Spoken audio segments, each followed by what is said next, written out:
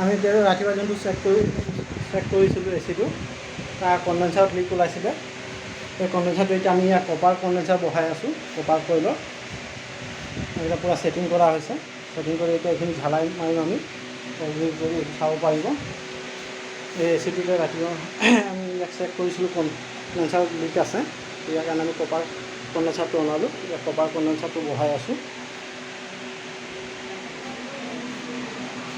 ছেটিংটো এইটো কৰা হ'ল পূৰা টোটেলি। ইয়াৰ আগৰ কণ্ডেঞ্চাৰটো এইটো এলুমিনিয়াম কণ্ডেঞ্চাৰ।